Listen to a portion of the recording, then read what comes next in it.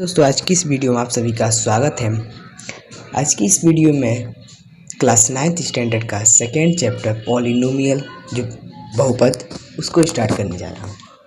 तो इस चैप्टर को स्टार्ट करने से पहले हमको लोग कुछ इंट्रोडक्शन जान लेते हैं। तो इस चैप्टर को स्टार्ट करने से पहले हम पहले ये जान लेते हैं कि बहुपद आखिर कहते किसे हैं। ठीक, बहुपद वो होता है किसी चर में कोई ऐसा व्यंजक जिसमें उपस्थित चर की सभी घातें नॉन जीरो होती हैं, मतलब कि वो माइनस पे नहीं हो सकती हैं, ऋणात्मक नहीं होती, उस पर उपस्थित घातें ऋणात्मक नहीं होती हैं, उसे बहुपद कहते हैं।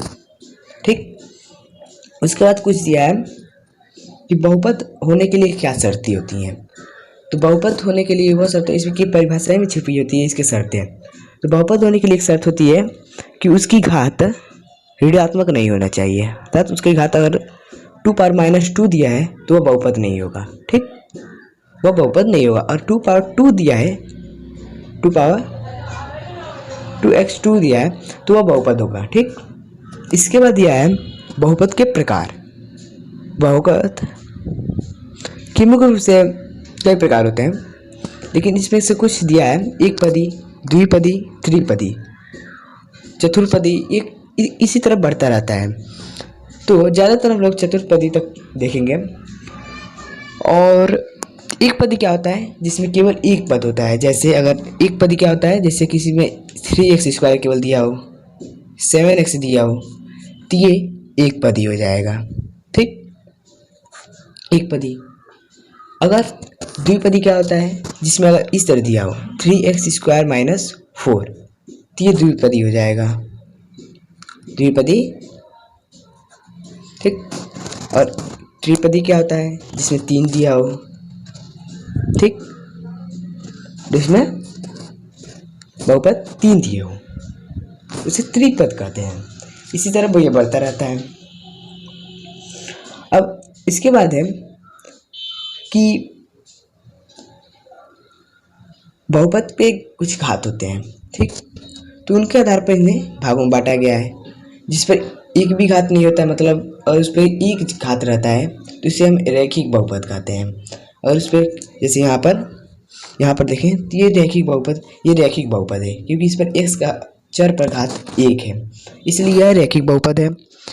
और द्विघात बहुपद किसे कहते हैं, जिसमें चरों पर घात 2 घात हो, जिसे यहाँ पर x² है, यहाँ पर घात 2 है, तो इसलिए यह द्विघात बहुपद हो जाएगा। इसलिए त्रिघात, चतुर्घात, इसी तरह ये बढ़ता रहता है। तो हम लोग पहले एक्सरसाइज को सॉल्व करते हैं।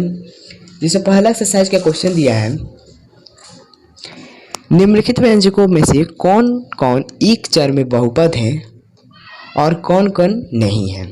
ठीक, तो पहले क्वेश्चन को देखते हैं। पहला 4x² - 3x + 7 दिया है, तो इसे बताना है कि बहुपद है या नहीं और एक चर में है या नहीं। तो 4x² - 3x + 7, ठीक, तो इसमें बताना है कि एक चर में बहुपद है या नहीं। तो ये एक चर में बहुपद है, क्योंकि इस पर x की घात 1 है। ठीक, इसलिए यह एक चर में बहुपद है। तो यह हो जाएगा एक चर में बहुपद है। अब दूसरा क्वेश्चन देखिए अगर, तो दूसरा क्वेश्चन दिया है y² + 2 √2, तो इसको बताना है कि ये बहुपद है या नहीं। तो ये भी एक चर में बहुपद है, क्योंकि इसके चर घात 1 है, इसमें भी चर 1 है, x और x एक ही चर है, अलग अलग चर नहीं है। अगर x यहाँ पर दिया होता और यहाँ पर y दिया होता तो ये दो चर में बहुपद होते हैं। तो यहाँ पर भी केवल y दिया है, तो ये एक चर में बहुपद होगा, तो ये भी हो जाएगा एक चर में बहुपद है। तीसरा क्वेश्चन दिया है इसी में का कि 3 √t + t √2 तो ये बताना है कि बहुपद है या नहीं। तो इसमें अगर हम देखें तो ये अंडर रूट टी घात में है, इसकी अंडर रूट टी एक घन पूर्णांक नहीं होगा, ठीक। तो ये बहुपद नहीं है, बहुपद नहीं है। चौथा क्वेश्चन देखिए इसी का, तो y plus two under root y, क्योंकि ये एक चर में तो है लेकिन बहुपद नहीं है, क्योंकि अगर हम इसको ऊपर ले जाएं, पिछले कक्षा में पिछले एक्सरसाइज में हम लोग सीखा था चैप्टर में कि अगर कोई संख्या को नीचे से ऊपर ले जाते हैं तो माइनस हो जाता है, तो अगर हम इसे ऊपर ले जाते हैं तो टू माइनस वाई हो जाएगा, ठीक। तो टू माइनस वाई हो जाएगा, इसलिए यह बहुपद नहीं है, बहुपद नहीं है। इसके बाद पांचवा क्वेश्चन दिया है x power 10 plus x cube plus x T power 50 दिया है। तो इसमें बताना है कि यह बहुपद है या नहीं। तो ये तीन चर में बहुपद है, ठीक।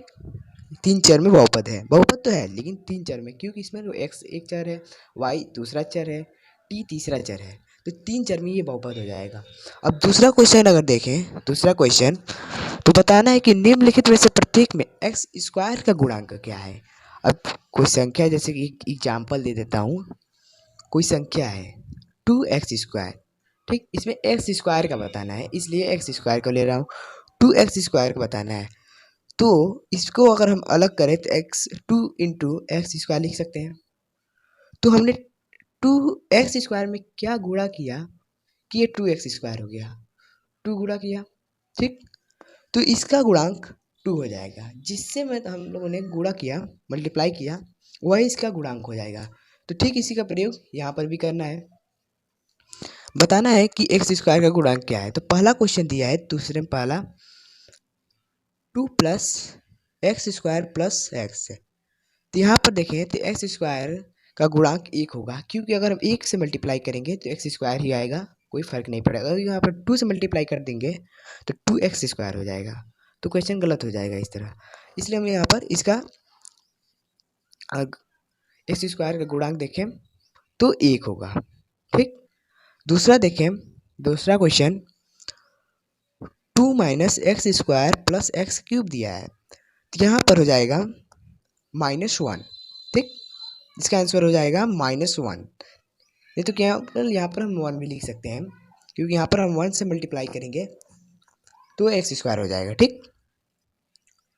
तीसरा क्वेश्चन देखें, तीसरा क्वेश्चन दिया है π/2 x² + x। अगर हम x² को देखें तो x² में π/2 से मल्टीप्लाई किया गया है, तो इसका गुणांक π/2 हो जाएगा, ठीक। इसी तरह चौथा क्वेश्चन दिया है 2 √ 2x - 1, तो इसमें √2 हो जाएगा, क्योंकि इसमें 2 से मल्टीप्लाई किया गया है। अब तीसरा क्वेश्चन देखते हैं, तीसरा क्वेश्चन में अगर देखें तो दिया है 35 घात, तीसरा क्वेश्चन 35 घात के द्विपद का और 100 घात के एक पदी का एक एक उदाहरण दीजिए। यह बहुत इजी है। मान लीजिए कोई संख्या है जिस पर 35 घात हो और उसके द्विपद हो, दो पद हो, जैसे, तो कैसे बहुत संख्याएं हो सकती हैं, लेकिन हमें केवल एक उदाहरण देना है। तो x⁵, ठीक, और उसके दो पद, तो प्लस हम 1 लिख सकते हैं। बहुत कुछ हो सकता है, y⁵, बस इसका घात 35 होना चाहिए और इसके दो पद होना चाहिए, ठीक। अब एक और दिया है 100 की घात का एक पद हो, तो हम x⁻100 लिख सकते हैं, y⁻100 लिख सकते हैं, बस इसमें एक पद होना चाहिए, यही एक कंडीशन है। अब चौथा क्वेश्चन देखें हम, तो चौथा क्वेश्चन दिया है बताइए कि निम्नलिखित बहुपदों में से कौन कौन से बहुपद रैखिक, कौन कौन से द्विघाती और कौन कौन से त्रिघाती। तो अभी मैंने बताया था कि जिसमें केवल एक घात होता है उसे एक पद रैखिक कहते हैं, जिसमें दो घात होता है द्विघाती कहते हैं, और जिसमें तीन घात होते हैं उसे त्रिघाती कहते हैं। तो पहला इसमें दिया है x² +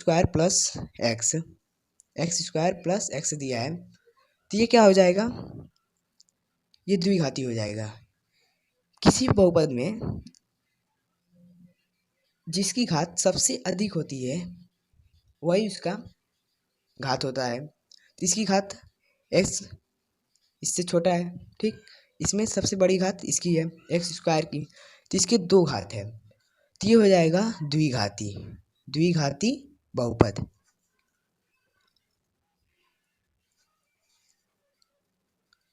दूसरा क्वेश्चन दिया है कि x माइनस एक्स क्यूब, तो इसका क्या घात हो जाएगा, ये त्रिघाती हो जाएगा क्योंकि यहाँ पर तीन घात दिया है, तो ये हो जाएगा त्रिघाती,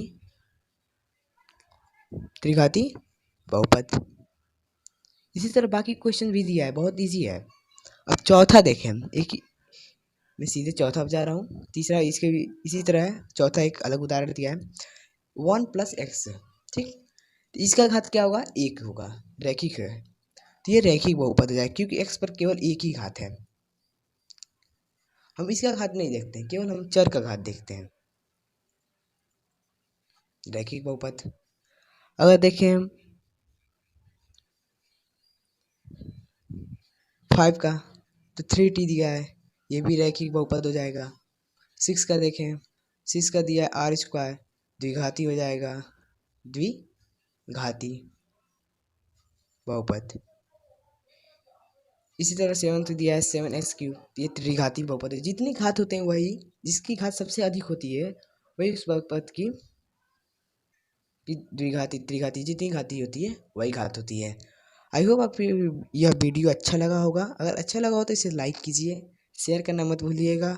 और अगर आप चाहते हैं ऐसी वीडियो आपको लगातार मिलते रहें, क्लास 9th का पूरा कोर्स में मैथ का पूरा कोर्स एक्सप्लेन करूँगा। अगर आपको ये अच्छा लग रहा हो तो सब्सक्राइब कीजिएगा और नोटिफिकेशन बेल को प्रेस करना मत भूलिएगा। So thanks for watching this video.